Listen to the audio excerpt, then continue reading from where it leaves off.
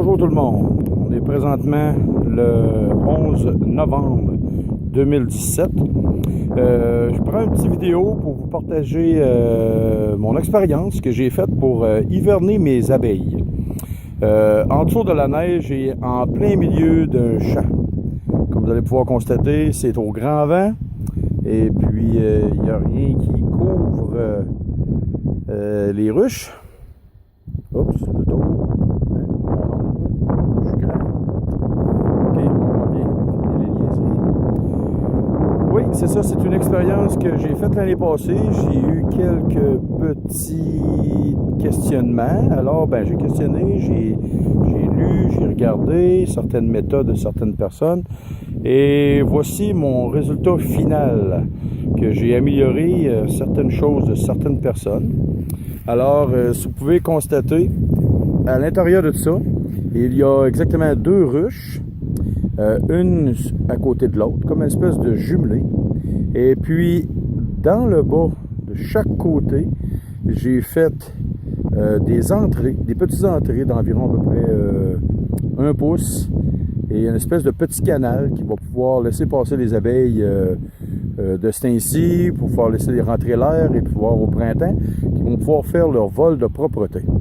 Parce qu'à l'intérieur, ils vont manger, ils bougeront pas beaucoup, ils vont quand même bien bouger pareil, mais ils font pas leurs besoins à l'intérieur de la ruche. Fait qu'au printemps, ça leur prend un moyen de pouvoir évacuer tout leur excrément. Alors, c'est ça. Puis aussi, ce que j'ai fait, si on s'approche un peu, là, les abeilles sont ici, ils volent encore. J'ai fait 2 trous de 5,16 de grosseur 5,16, 8 mm si vous voulez.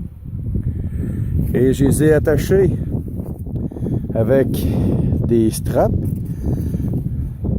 tout le tour de la ruche. J'en ai mis sur le dessus aussi, si vous pouvez voir, qui passe en dessous de la palette de bois. Et la neige par-dessus est supposée de recouvrir. Pas supposée, elle va recouvrir parce qu'on a beaucoup de neige au Québec, tout dépendamment des hivers. Et j'ai hâte de voir avec cette expérience-là, qu'est-ce que ça va donner comme résultat. À l'intérieur, pour la nourriture, je leur ai donné au début de l'automne, début du mois de septembre, un total de 27 litres de sirop de saccharose. C'est de l'eau chaude, un point que il y a du sucre blanc dedans. On rajoute du sucre blanc fin, on le mélange ensemble jusqu'à temps qu'on voit le liquide soit transparent. Je leur ai mis 27 litres de sirop de saccharose et ils ont tout transformé ça en espèce de simili-miel pour passer l'hiver, parce qu'on ne donne pas de miel aux abeilles pendant l'hiver parce qu'ils vont mourir de dysenterie.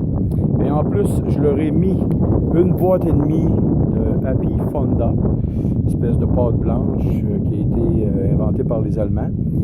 Et j'ai mis ça dans une boîte, à l'intérieur d'une boîte, au-dessus de la ruche, et que j'ai renversé par-dessus les ruches. Alors, la nourriture est dans le plafond de la ruche et dans les cadres de la ruche. Je ne sais pas si j'en ai mis trop, mais j'aimais mieux d'en mettre trop comme deuxième expérience dans une deuxième année. Qui meurt tout de faim.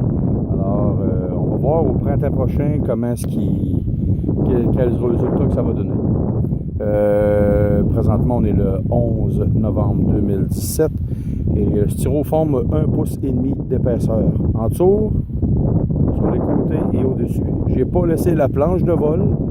J'ai pas laissé rien d'autre sur le dessus. Tout est entouré de styrofoam. Alors, les abeilles, vous voyez, ils volent autour de moi. Présentement, il fait, avec le facteur vent, une température ressentie de environ à peu près -8, -7. Alors, vous voyez que les abeilles, ça vole encore. Et ça peut se promener dehors. Pas très longtemps, mais ça y va quand même. Alors, je vous souhaite une bonne journée. Merci d'avoir visionné mon petit vidéo d'environ tout près de 5 minutes.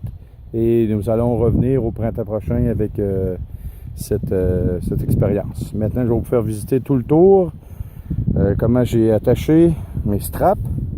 C'est une première au Québec. Pourquoi j'ai décidé de faire ça? Quand on déplaçait les abeilles, ça leur causait un très grand stress.